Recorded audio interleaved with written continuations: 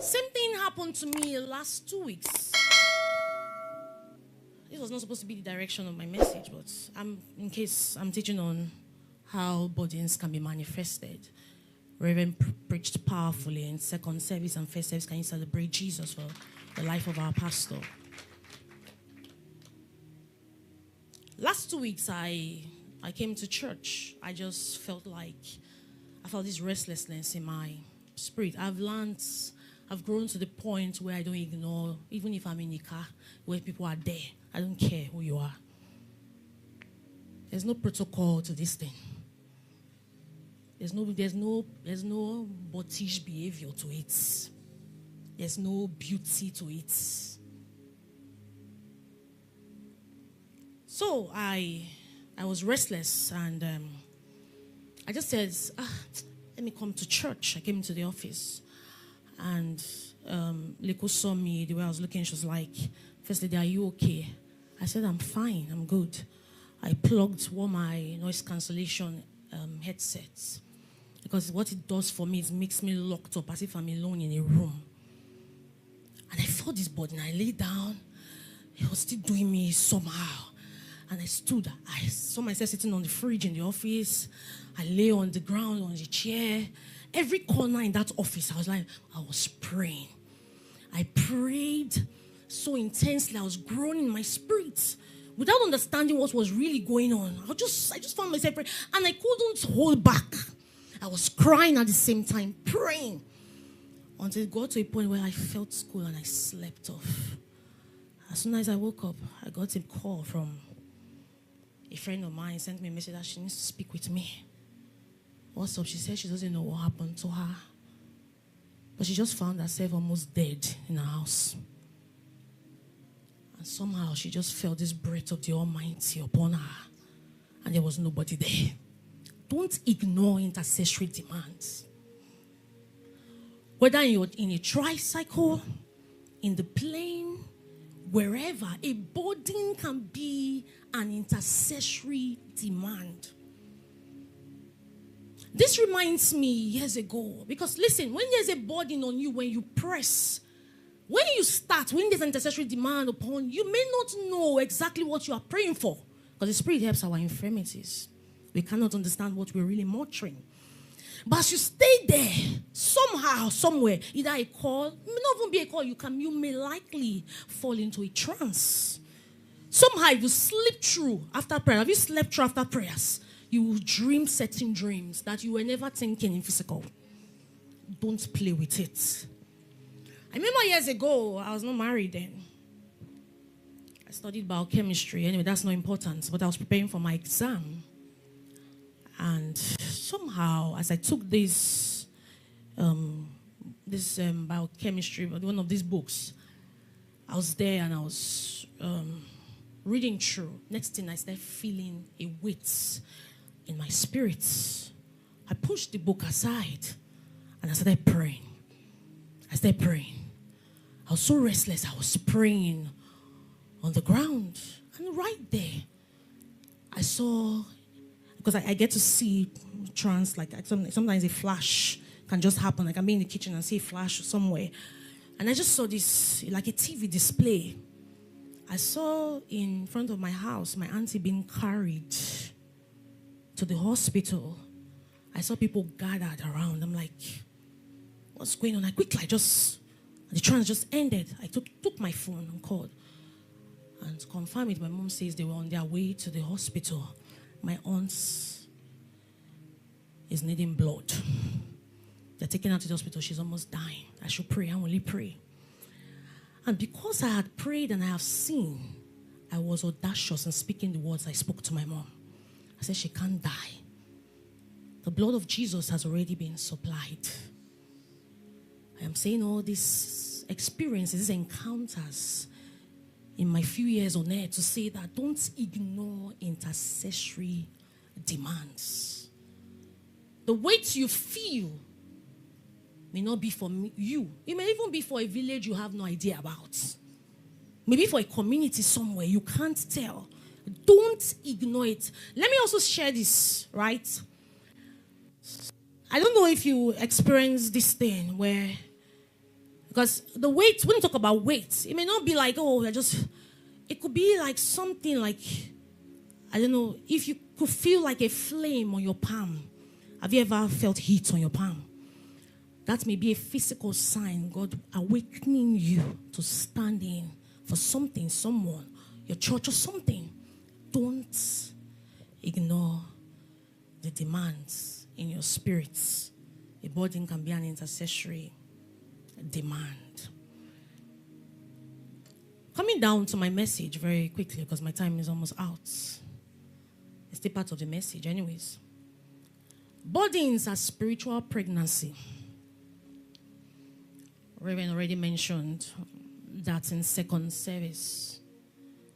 Burdens are spiritual pregnancy, or what is termed a divine conception. A divine conception. You know, I've been pregnant before. You know, when Reverend mentioned told some single and married to come out to describe pregnancy. Unfortunately, the married men could not describe how pregnancy is.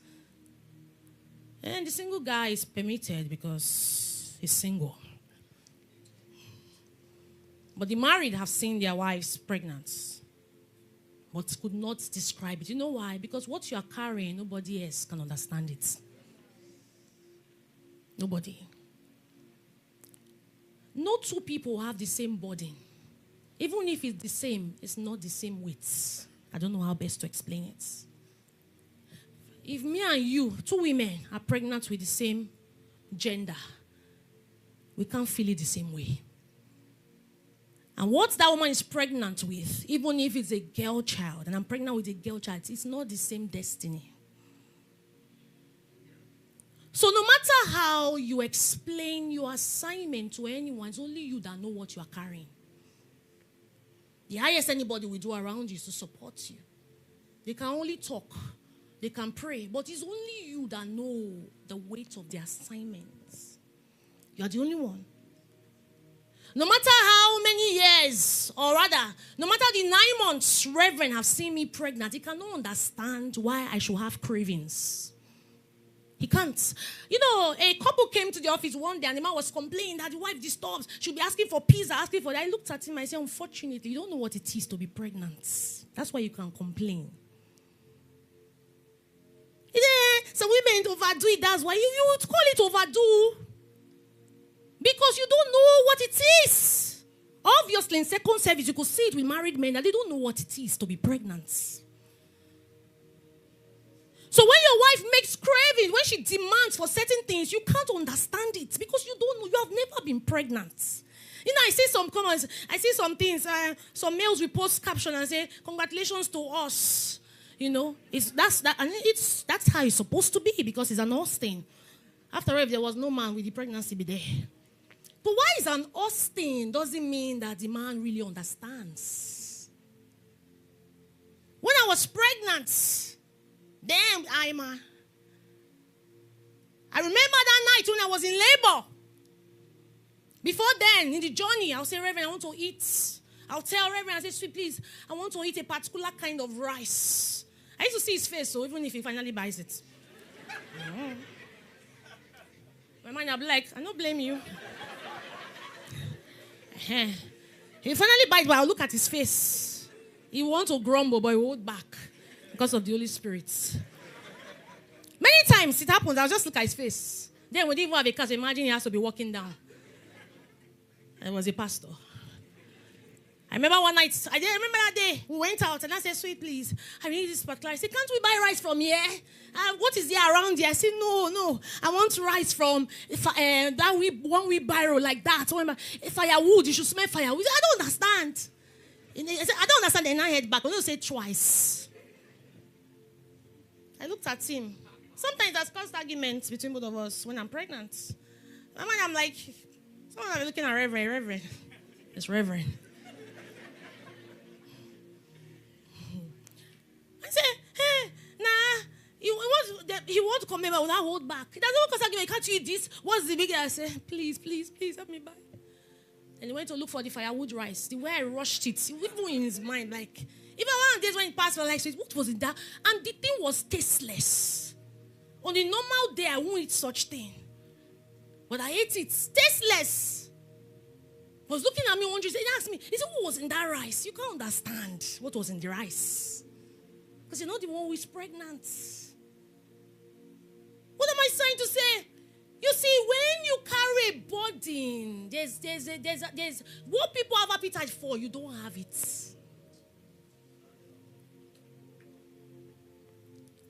When you carry a burden, what people crave for, you can't crave for it. Daniel had a burden when he entered Babylon. How people sleep, you can't sleep.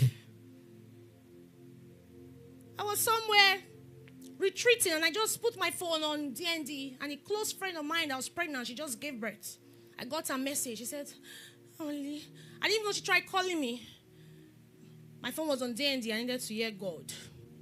And then I put off my room from DND and I got her message. Around past 12 a.m. Said, "I'm lonely. Everybody's sleeping. I'm so lonely." I looked at my husband, looked at my, he's sleeping, snoring away. He said, "I'm just tired. I can't wait." And I called her immediately. She was crying. She was down like, "I can't sleep. I've been trying to have heartburn. I have this." I'm saying this to say, when you carry a burden, because a burden is spiritual pregnancy. That's what I'm bringing into the physical pregnancy. When you carry a burden, when people are sleeping, you can't sleep.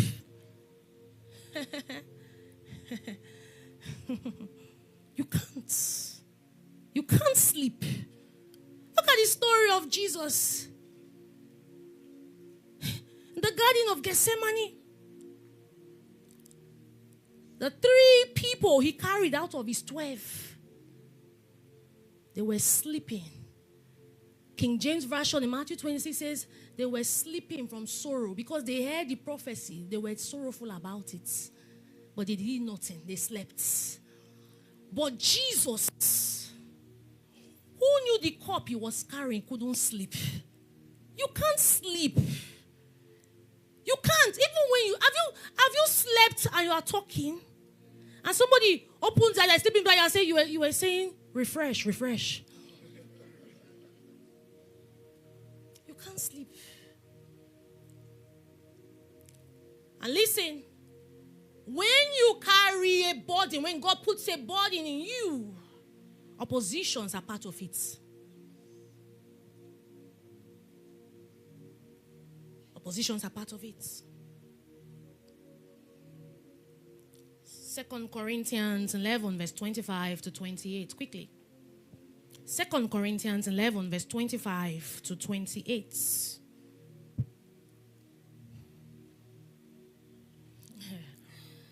It says 3 times I was beaten with rods. Also Paul had a burden for the church. 3 times I was beaten with rods. Once I was stoned. 3 times I was shipwrecked. A night and a day I have been in the deep. 26. In journeys often, in perils of waters, in perils of robbers, in perils of my own countrymen, in perils of the Gentiles. Do you see the peril? In perils in the city, in perils in the wilderness, in perils in the sea, in perils among false brethren. 27. In weariness and toil, in sleeplessness often, in hunger and thirst, in fastings often, in cold and nakedness. 28. Besides the other things, what comes upon me daily, my deep what? Burden, consign. That's why he's experiencing this. Burdens. You can't, it's not, you can't carry, you can't fulfill the burdens of God without opposition. You see, when people receive prophetic word and they get excited and share, I laugh. But if prophetic words don't excite me, when God is giving you a weight that is weightier than my weight, when you weigh your scale, you know you have been on 60-something kg for how many years? The weight of the assignment cannot be compared to your weight. It doesn't even look like your size. Before we had bank accounts. Then before we had the people who don't like you on the journey. The people who have had to discourage other people. Do you know what I've experienced during Refresh Store? You go to African countries. Somebody who is trying to be funny. Let's not even go far. Within one of the persons volunteering for one of the cities, I don't want to mention names, and then her mentor called her and said, "No, you are connected to this woman. You can't shine in our side. You are connected to her. You are making it work. Doing everything they can." The team brought issues.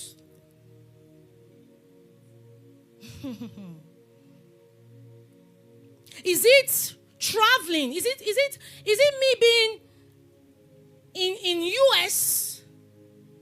My South Africa flyer has been out, and then this is me coming from Canada 2 days before, or rather a night back to US.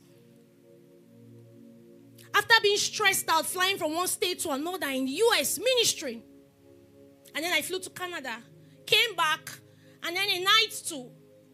I went to whatever, stayed up, doing all manner of things, doing meetings upon meetings. And then I was on my way to the airport. Got to the airport, waiting for my flight to first Atlanta, having the layover, and then flying to waiting for my flight to Lagos. So that I can leave the next day. When I time I land, I just have a night in Lagos to go to South Africa because I must land in Lagos. And then I get a call at my boarding gates. Mama, I've been trying to reach you. What's up? He said that the venue that we got for Refresh South Africa, that one said that there are issues that we will not be able to use the place. This was Tuesday. Refresh South Africa was Saturday. And I sat and I said, God, if I don't do this thing, nobody will kill me. Mixed feelings, uncertain things. I was fed up. From one to another. I'm like, God, you pray for finance. Now you have gotten here. It's now this thing. I said, God, what am I going to do? Well, you see, listen. I'm saying this particular experience or instance to say that, listen, even though a burden is original, you may not be able to manifest what God has given you because of the how you handle it. Listen, even if the assignment God has given the burden is not copy and paste, not somebody's own, it is the one God has given, is original. You may not be able to fulfill that God has placed in your heart by how you handle it. Burden is a seed. How you handle it makes it a fruit. Burden is a seed. So when you pray and say, God, give me nations, it doesn't mean you will not have nations. And he says, you know what, go here into the world and do this. It doesn't mean you will not have it. Because burden is a seed. How you handle it is what brings the manifestation. It's what brings the fulfillment.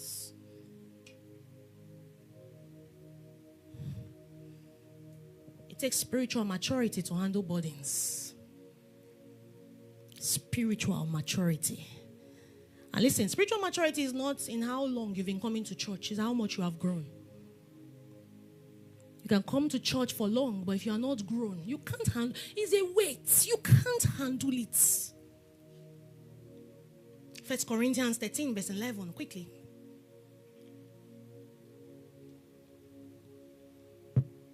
First Corinthians 13, verse 11. It says, when I was a child, I spoke as what? A child. I understood as a child. I taught as a child. But when I became a man, I put away childish. What makes you children? What makes you childish? It is in how you what? Speak. How you understand things. How you think. So listen, when God puts a burden on you, how you speak, how you understand, how you think can make it not fulfilled. Maturity determines fulfillment. Childishness don't bring fulfillment. Maturity. That's what Apostle says. I put away childish thing when I became, because when you grow, you're no longer a child.